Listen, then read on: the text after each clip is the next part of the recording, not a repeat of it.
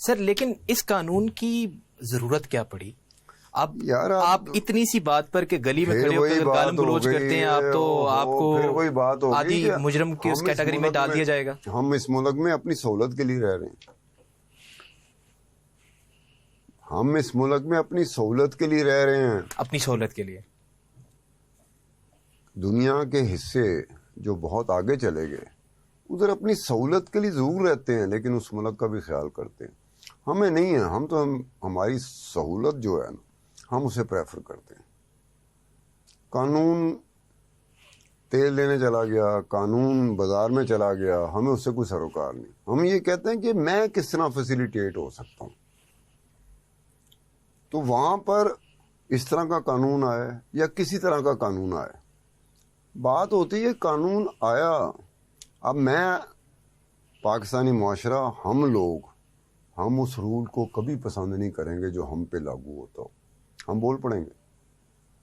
جیسے آپ نے بیلٹ باندھی گاڑی چلاتے ہوئے، نہیں باندھی تو جرمانہ، ہم اس کے خلاف بولیں گے.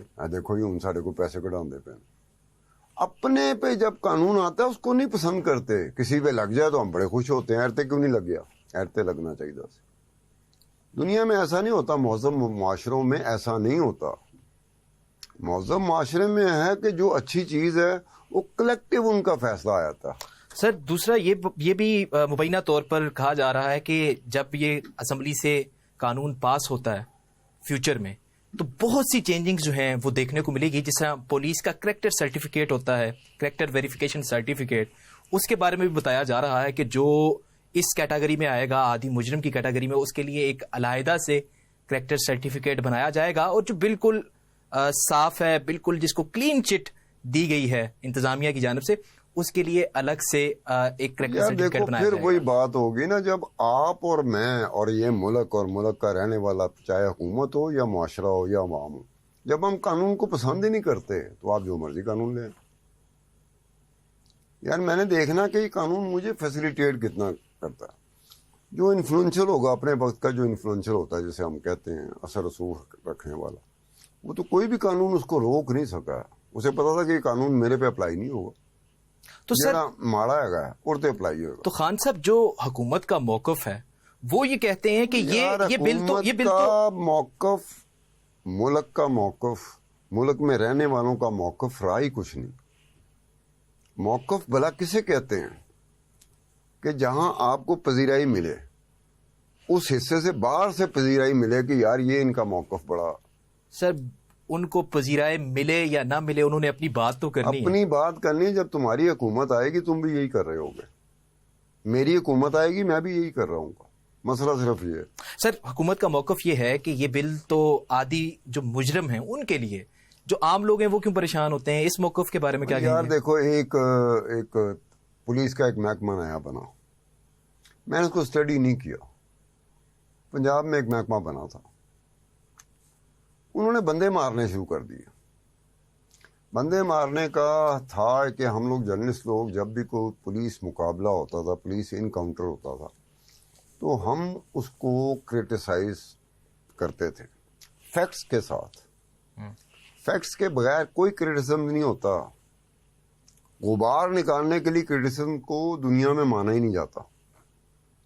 فیکٹس کے ساتھ کرٹیسزم ہوگا نا تو اس کو مانا جائے گا.